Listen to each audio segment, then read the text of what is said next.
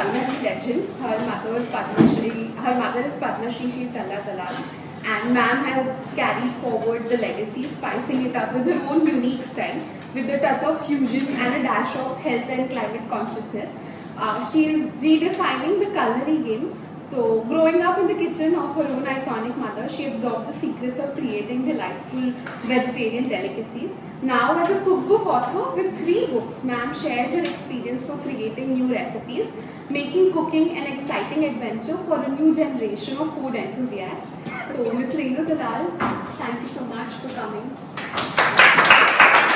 Thank you for having me here.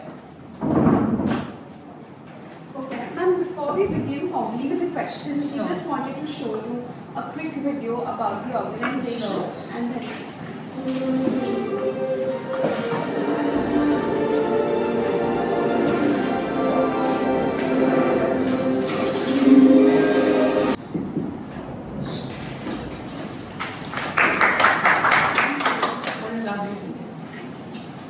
Okay, so to begin with, my first question for all of us growing up, when our mothers would be skimming through cookbooks, but you grew up in a household where those cookbooks were being written. So how was your experience growing up, and how did your mom impact your journey starting from that childhood? Yeah, okay, so let's go back to the India of that time. So do you believe there were no mobile phones, no internet? It's a very different India we are talking about. And that time it was very important for women to learn how to cook to get married. So my mother had cooking classes, and there was a whole line of ladies waiting to join the cooking classes. Like, if you want to marry, go to Tarla Dalal cooking classes and learn how to cook. So that's where she started her journey, from her kitchen. From in the house, we see the fabulous food coming from the cooking classes, and every time, she'd have different items she was creating, and I would love to come home from school and eat all the delicious foods. And and also once I've taken a cooking class myself when I was young. My mother made me take one, so it was an amazing experience to have all that food. So the books came out a little later, and the books came out, and we had all the shoots in the house. At that time, I think shooting for books was a little different. We used to have multiple dishes in one photograph, and they would say which page number each recipe was. So I would love the shoots in the house. That was also really something different, and it was a very different India. And to grow up with all this food around us was just really impacted my life. Like my mother put so much love into her food. It was an effortless job to create new dishes, let me tell you. She was doing it so easily, I can't tell you. And to create all these dishes and to write them. And the books were really bestsellers. As I said, there was no internet, and now you Google search. No phones for videos all the time and photographs, so it was a different India. People would come with their pens and would write down. I don't know whether you know what a cyclostyle machine is. We used to cyclostyle that time, the recipes, and give it to all the students. It was very different India, and growing up with her, and she was India's original master chef. Let me tell you, at that time, vegetarian food was not cool. Like, you tell somebody you're a vegetarian, they would turn around and tell you, like, what do you eat? So it was, the vegetarian food was limited to maybe your local cuisine. So she made Indian food, Thai food, Italian, Chinese, fully globalized. So she got that all to the vegetarian palate. It was a very different India at that time, and so we were growing up at that time. But I say my journey was very much, watching her in all, making up all these dishes, and also creating. It was a completely different India. Like, vegetarian food was not trending as it is now. Okay, so getting all that done. And my dad also, at that time, how to present food, how to have people over, was taught by my family. My father was very interesting. He would take a notebook and write down who came and what was served. So do you believe menus were never repeated? So we were taught from there. Like, when someone comes, your guest comes, whether it's a family member or friend, what have you served them last time? So do not repeat a menu unless they ask you for something specific. So maybe growing up in that environment really impacted me in the future, because it was 1 second recall. Like, what I have gone through, it's always how to serve. I'm so much love put in the food, so I think that makes a big difference. So it was a very different India we have grown up in. That's amazing. Now, ma'am, you shared obviously about your childhood. Now, after that, especially in your teenage years, now many of us come from the likes of Rajasthan and Gujarat. So we have this pressure of joining our family businesses and helping our farmers and mothers. But in your case, you had a legacy to take forward. So did you face any unrealistic expectations, or how was it? Like, was it easy, or you had that pressure? Like, how do you? I think my parents were very open-minded. You could do what you want. They never had pressure, you have to go here, you have to work. And I think it's very important to like what you do. If you don't like what you do, it is a recipe for disaster. You can be forced into a certain line in a profession, but you're not happy there. Remember, whatever career you choose, you have to be happy. And there's no substitute for hard work. Work very hard and be perseverance. You will get success at the end. So I think legacy, there is of course a lot of pressure on everyone to do what they want, but you have to make your own call. So let me go to what I have gone through. Of course, like they say, do you smile like your mother? Do you talk like her? Do you teach like her? But we all come with our own unique identity, right? So we have our different ways of we come across, and of course, I'm also dealing with a very different India, which is today. So I think I didn't have, my parents were, I think, have any of you seen the movie Tarla?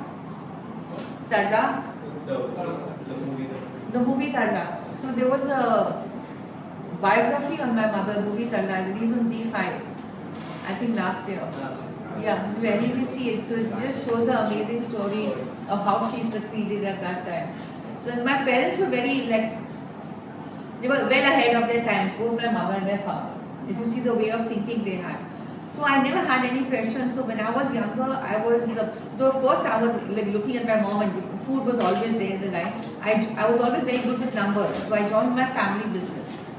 Excellent with numbers. So I was working there, of course the creation of food, that was always going on. So I actually started my career in food on my own, when my mother was no more. So it came from me, from within. You can imagine what the childhood impact had on me. Watching her create. So for me, it was a dial option for dial my mother all the time, mom, what meal should I make? So I always call her now. I couldn't have the option of calling her. That's where my creation came. So all my books and all my website, my YouTube channel, all that has come later. So there was no pressure at all. No one told me to do what I wanted to do. It just came from within. So there's a lot of joy and happiness in, I find in making new dishes, and when people you don't know from all over the world make your recipes, it's really great. And they appreciate what you have done, So I feel through what I write and what I do, so I give joy and happiness to people whom I don't know, through them following recipes everywhere. So there was really no pressure. And I think for where legacy businesses are concerned, you have to make your own call. Because unless you just go like what your father does and your mother does, is really not going to help. It has to come from within.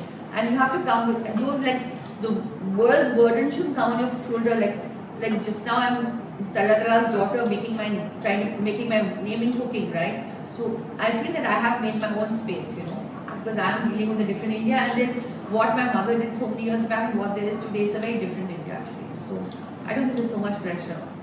And both of you are inspired and patient. Yeah, it has to, yeah. So food is something I feel it's a very inspiring thing. And as you say, when people come home, what are you making? So that's a big question.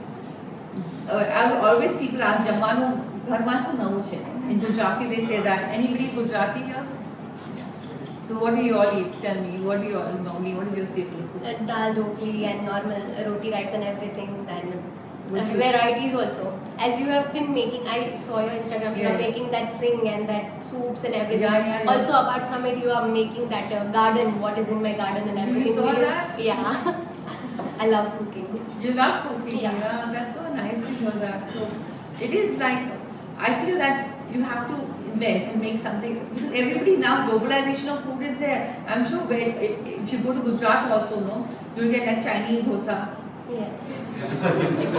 You get everything, right? Even in Surat, all the khichdi's, and Sotino Locho comes Mexican also. So I guess the globalization of Indian food, it is there everywhere. So ma'am, you spoke about popularizing vegetarian food at that time. Yeah. So my next question is also related to that. So even in Anpan, when we go to different countries, especially like in India, it's all vegetarian food. When we go to countries like Japan or Uruguay, where they don't even understand now they do a little bit, but when we started, they wouldn't even understand understand what is vegetarian food. But you know, we would serve vegetarian food out there, and it would be difficult to make those people understand at that time. So what are your thoughts about now this rise in veganism and people opting for vegetarian food and everything? I think it's very apparent now. As you say, when my mother's time, vegetarian food is not ready, but now anywhere in the world, I feel the difference when I travel. So initially when I used to travel, what would you get? Like chips, fries, you know, like a pizza, pasta or something. You know, that was or a sandwich, that's what you were getting. But now vegetarian food is trending, restaurants will have it, all the hotels will have it, they even have vegan mark of, you know, this all vegetarian food is now trending across the world. In fact, when you're talking about Japan and Italy, I'll give you Iceland. I was in Iceland, I think, for a couple of years back, and there I had turmeric latte, haldi mudu. It's called turmeric latte. So it's, and even there it was easy to get vegetarian food. They had vegetarian restaurants and vegan restaurants. So I think it is very much trending. I don't know any of you have watched this series on Netflix. You know, Game Changers. There's one called Game Changers. There's one called You Are What You Eat. Now, since we are discussing vegetarian food, so Game Changers is, I think, in nutrition, like a top level athlete. Does he get nutrition from vegetarian food and vegan food? So they do get, and the biggest athletes are now turning vegan. They get their suit. So it's a game changer. Like for the high profile athletes, you know, who have to be maintained at that level, you know. So they get their protein, to their nutrition, they do get it. One and Netflix 2 series, others You Are What You Eat. Like we're talking about vegetarian food, so this very popular chef called Daniel Ham in New York. So there was on him. In fact, I did meet him at one of in crossover. He was looking for my mother's book. So he's a Swiss chef who's running a very popular, like a fine dining place where you have to pay in advance. It's called 11 Madison Park Avenue, I think. So that's his restaurant, and he has turned vegan. So everyone was wondering that would his restaurant do well? Will it survive? It has survived. So you see high profile restaurants turning, people feel from within that they should not be eating, like the health reasons people turn vegetarian or vegan, but I think the difference is palatable when you travel all over the world. If you are getting food, even if you go Far East also there will be options. For high tea there will be vegan options which were never there before. It was fully meat oriented countries, you know, even Far East.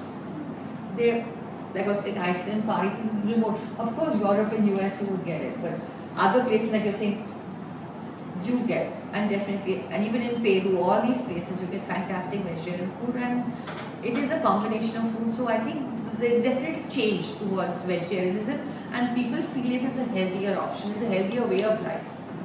So I think you'll feel it now when you travel. Like fine dining restaurants have it. Even in Zurich, we saw one Michelin star restaurant being vegetarian, and they also have a fine dining which you have to book in advance. So I think all over now this vegetarian trend is there, and it's a healthier way of life. So, any of you are vegetarians here?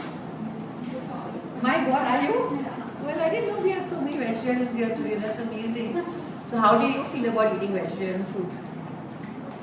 All of you?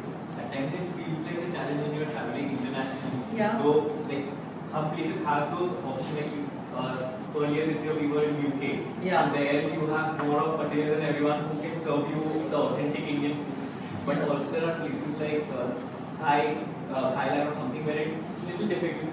But all around it's a good experience because through various interactions we learn that eating something that's vegetarian also impacts how you think and how you react. I definitely think it does. As you say, and if you go, actually, what you're saying, right, when you go to now the US, it's plant-based food. So for people, like suppose you are a non-vegetarian, you want to become a vegetarian, you're used to eating a meat burger. Like it has meat patties. So they're making plant-based burger. So actually it's a vegetarian burger, but it tastes like a non-veg. That is also big over there because how do they get over the taste? No. Yeah. So it's people who want to become vegetarian, but they're so used to the taste. So they're making plant-based. I think definitely impacts how you think and who you are. So I'm a vegetarian. My mother was a vegetarian, and we've been we couldn't think another way of living. So, but now the food you get at being a vegetarian is enormous. What varieties we get as vegetarians, I think it's just super. So ma'am, you have curated recipes and you have penned them down, bestsellers you have had. So can you tell us more about your experience while penning it down, and if there are new aspects of culinary world that you explored while in this process? Well, I think to become an author, to write, there's a lot of you which has to come out from within, because you have to be able to communicate. And I'm communicating to you, all of you. If you look at a book, how does a book look from the cover? What sort of recipes you write? There's a lot of thought process involved. How the recipes are presented. Does the photograph face the recipe? Is it easy for you? Is a recipe written very simply? That is the main thing. Is written very simply. So a lot comes into you when you become an author. And as I told you, fusion food is very trending. I mean, a combination of foods, like East and West. You'll have a Mexican meal. Like in South America, you get empanadas, which are hogaras basically. So, it's a fusion food is very trending. And I get international things, international food on my recipe books. So when I travel, as you say, I do take some recipe ideas. So I have Thai pan. Pan made the Thai way. So that's one of my recipes. Thailand pan is very popular. But I do the vegetarian option, of course. They have the non-vegetarian option. I make the vegetarian option. So there is a lot of my travels come in the books also, like where I've traveled to different countries, different recipes which I made vegetarian. Plus inventive recipes. I'm a creator of recipes. So it is my own innovations which you will not find anywhere, which I come out in my books. So, and a lot of fusion food. Fusion food is trending now, so a lot of fusion food like East meets West. So you have spaghetti with lentils, with dal, so that's different. So, something different for people to eat. So, when you look at the book, and plus you have all-time classics. But remember that today to cook is not that difficult. You get so many brought out components which you never got that time. That time cooking would be a more laborious, If you have to make nacho chips, you have to make it yourself. You could buy from outside. Today you get sheets, you get tortilla rotis from outside. You get everything from outside. It's more like an assembly line. It's much more easier to cook. So I think that's a lot much easier to cook today. And so my books reflect it. Plus I have recipes which are vegan and gluten free. So vegan and gluten free I mark. So this dietary restrictions. I say vegan is very popular. People don't want to have milk. And they have almond milk, so there's no milk in the recipe. So vegan and gluten free are marked. And of course the photographs are the way I come across. So it's international. It's a lot of my travel, which I some travel recipes, and we have like inventive recipes, fusion recipes, all-time classic, and very simple recipes also. Because I feel cooking is very simple, so I just throw some simple recipes in. So I think it's a lot which evolves for you to write and to communicate, and then to bring a book together, because there has to be something which appeals to you. A different way of cooking or a different style of cooking.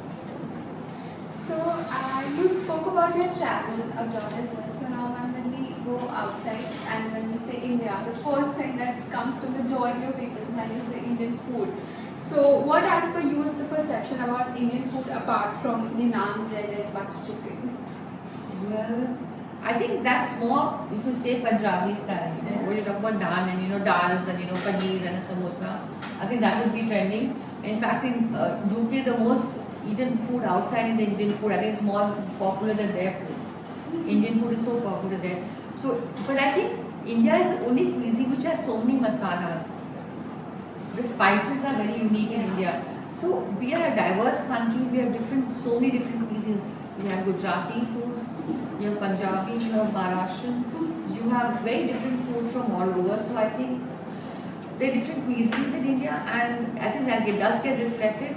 And I think now it's also fusion food is trending. You will get that there. Plus street food like say puri, but all that also you would get the pani puri. So I think Indian food is like well recognized, and it's now a lot more than just like the Punjabi food. I think when you travel, you will get a lot more than when you go to an Indian restaurant. Maybe you will get. But I think the local restaurants also now have vegetarian options everywhere. They have a full vegetarian menu on their market. So in Indian food, I think yes, Punjabi food is what is the spices, but I think times are changing. You will get different options also in Indian restaurants. Like you have to just go and see and try. So, and you have fine dining Indian, I think all over. In most restaurants, you will get simple. Whenever you travel, you will get simple food. You will get fine dining food. I don't think that's an issue anymore. Okay, so my last question to you before, I'm sure they all want to ask you so many questions, is as I was telling you, the concept behind these tours, for them to get exposure to leaders who have done something in your life. So is there any advice that you would like to give them? Yeah, sure. So I think for all of you, I think you have to see what you want to do and what you want to be, and there is no substitute for hard work. Remember, you must like what you do. That's the first thing. Whatever career you're choosing, you have to have an inclination towards it. You can't go to a line where you have no inclination for you. Hard work and perseverance. There is no shortcut in life. Rome is not built in a day. You have to work very hard in what you do, and always you have to have gratefulness for what you have. I think that takes you a long way also. Grateful for who you are and what you've been given. I think when you are at a young age, you are taught gratefulness. I mean, for what you've been given, that's a lot, I think. And I think everybody has to look at the environment around them, where they are, their family situation, and think what they have to do. So I think a lot of hard work there's no substitute for hard work and perseverance. So you will definitely make it, and always innovate. Try and be creative. Try and do something different. You will definitely stand out in the crowd. When you do something different, you will stand out in the crowd. So, and of course, I always say, when you add a tablespoon of butter, you'll be amazed at the end result. Okay, so the last segment is a rapid fire, and I will say the word you have to tell us the first thing that comes to your mind. Okay. Home. Where the heart is Food. tasty, nutritious, delicious, Miss Tarla Dalal. unconditional love, Books. joy, Youth. the future of tomorrow. Leadership. I think all of us have leadership within. Look for yourself. Look within, you will become a leader yourself. India. India is the center stage. And the last one, IIMUN. I think it will make the world a better place. Thank you. Now we just take 2-3 questions from Yeah, the sure. audience for those of you who have questions. Hello ma'am, my name is Riya Raja. I have 2-3 questions. Sure. First is when we live in a house, one Yeah. house, Yes. there are different people's choices. Like Right. for example, one wants some other taste, one wants some other. How you make one dish which everyone likes it? Like combining all the taste preferences and making it into one. And another question is, where do you get new ideas from, like making it into new dishes every day? Like one day you are posting the videos like new dish, and after 2 days you have another video, like getting new ideas and that. And as we know that, you handle Instagram, like post your stuff and whatever you make, right? There are people who make negative comments. Sometimes it's like not every day you'll make food which is very healthy or which is in good way. So junk food, whenever you post, there are some negative comments that why you are making this unhealthy, how you deal with it, or you take it own, or I think, well, there's a lot of questions, so I think let's just go one by one. Yeah, then you say you want a dish which the whole family makes, so maybe you can think of, see everybody's taste, and then one by one make a dish like one person likes, because somebody will want Chinese, Mexican, or you can do a fusion. It depends what cuisine you're looking for, which cuisine. And of course, everybody wants to eat something different. There's no shortcut to that. You have to have something different on the table. So you have to look. You can follow anybody. Now Google is there. Google any recipes. And as I say, it's very easy to make something new on the table. So you have to take everybody into consideration when you make a meal. I think that's the main thing. And make everyone happy once in a while, or make a normal curry, or something different which somebody wants samosa, somebody wants a vegetable curry. There's a samosa curry you can do, which I'm just giving you one example, which has a samosa and all. That's the other one. And regarding creative ideas, yes, so because it's very easy to create different recipes for me, because as I say, it's in my DNA. You've seen it, my mother's done it, right? So it's always, so whenever I go, I'm always looking. If I go to a restaurant, I go out, even if I'm talking, you talk about a vegetable or you talk something, I'll go and say, okay, what should I do? So if I go for a wedding, I go for a party, I'm traveling. Whenever I travel, I always look for something which I can do and creative, which I would like to do. So that I don't find it very difficult to create new recipes, and I love to create new recipes. Like as I say, it comes from within. So I look for inspiration, but it's always food is at the back of my mind. So food is at the back of my mind all the time. And regarding like junk food or something, I think food is very personal. Yes. Like people love, they want to have pastas, they want to have baked dishes, and especially when you travel, I mean, when you're going to restaurants and all, there's a lot of oil put, a lot of excess. If you make it at home, you can make it healthier. And for the comments which I get on social media, negative comments, oh, you will get any, see, when you will get something, you just take it in your stride. There's no issue at all. It's not a question of junk food or not food. Somebody will have a preference for that, whether you want to have something with cheese or not. I think everything has to be done in moderation. We should never go to any extremes, like, because otherwise you will always feel denied or something. But normally, like a healthy way of living is good. Eat at home. Once in a while, you can eat anything. I don't think there's an issue at all with that. Thank you. Parag has a question. Ma'am, so talking about role models and influencers. Right.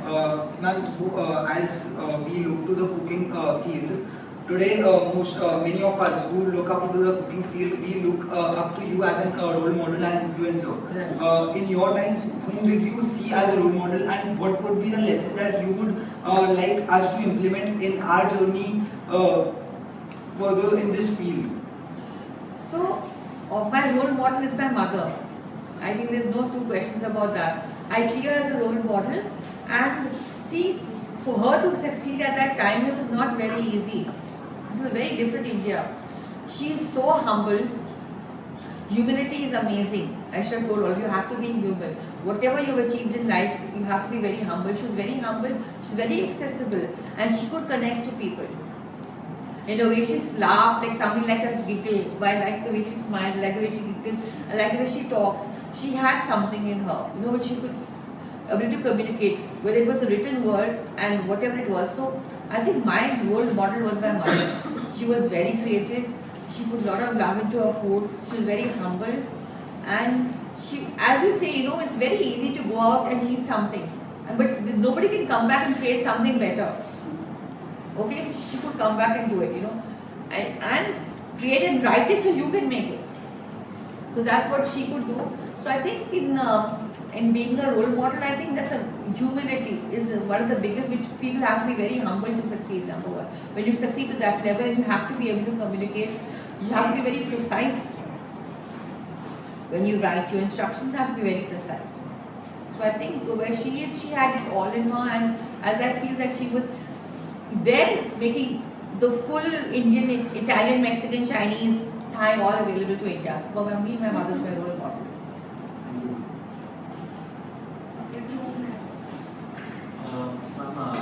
Like when we talk of food and when we look at Indian food today, we see chefs like Chef Vikas now who had Bungalow, which is working very well right now. Yeah, it is working well. And when you also write recipes, it's recognized internationally. Right. So whilst you're representing Indian food abroad, yes. What should be the central idea? Should we focus on what is very authentic, because people outside might not like what we are serving here because we use different spices, our food, or should we adapt it to their taste and their distinct, saying, listen, we'll have 3 tablespoons of chili powder in us, but for you I recommend 1. And how do you, while penning down these recipes, saying, do you adapt your recipes as per your audience also at times? I would think so. When you're teaching or when you can definitely look at the audience. You do have to adapt. There's no questions. It is a very creative field, but you have to look at who is coming. And regarding, as you say, let me see, you were talking about food abroad, like millets. Like how we had the year of millets, right? The Prime Minister of India put the year of millets. So millets also are very popular. If you notice when he was serving, when he had all his functions in Delhi, he has millets. I think Vikas Khanna himself made something millet. So you have a millet bhel. You can have, in fact, millets are so popular now, even sattu. I don't know whether you've heard of sattu. Yes. So sattu powder. He is serving sattu roti there. So for us it is very simple. For them it becomes gourmet. It has become gourmet, no? You can make sattu powder at home. In fact, it's there on my in my social media to make sattu powder or sattu chilla. So I think millets, as you say, people I think are health conscious now across the globe. and they want to have that something, thing. So when you represent India, I think millets is a big thing also, the local flavor, local cuisine, and I think you do adapt because, and you write also, in fact the server will ask you moderate spice, I think you can always ask and then you make the spice that way. Spice can always be added in the last second, there's no question. And I think a bit of fusion is also very popular. Like a bit of fusion is there, I think, wherever you go. Whether it's at the higher level of, even the Prime Minister level, or where they're serving to heads of state, or we go to restaurants. A bit of, like I have a gulab jamun cheesecake. Okay, that's one of my recipes in my book. That's a bit of fusion also. You can even have a Mexican bhel, There's a bit of fusion is always there, but when you represent India, you would give Indian food for sure. With its local flavors, cuisine, and you would see who are you serving it to, And as I said, and one of his dishes is a sattu roti. So more than the presentation, the idea is more towards the flavor and giving them the essence of what they're thinking. I think so, but presentation also has come to the fore now. You've got to see food has to look good. Who is going to... Looking good is a big thing now. The way you serve it, the way you present it. Like even a simple thing like a pani puri, if you have a small glass, put the water in, put the puri on top. Okay, and then they will put it. Garnish. Yeah, that's how they do. So presentation of food is very, very important. Like smaller bites are very in. If you go to see smaller bites are in, you will have like even when I serve, like I have small tarts, cucumber cups, even desserts are small because now everyone's health cautious, we don't want so much sugar. So presentation of food is very important. I think there's no substitute to that. It has to look good, especially the gourmet types. Like every looks. If you find something like I have a recipe, in fact, in one of my books, my first book, which is called Blue Ice Cream. It has the color blue. Believe me, when I serve it at a party, everybody is talking about it because the color attracts everyone. It's something different. So I think presentation, because you will be drawn to something attractive. Suppose when you go out, it's a buffet. I'm not talking when you're ordering online. When you're ordering at a restaurant, food has to look good. You would go for something which is looking good and healthy, or something attractive, like a dessert also, like something attractive. Thank you so much, ma'am. This was a very, very insightful session.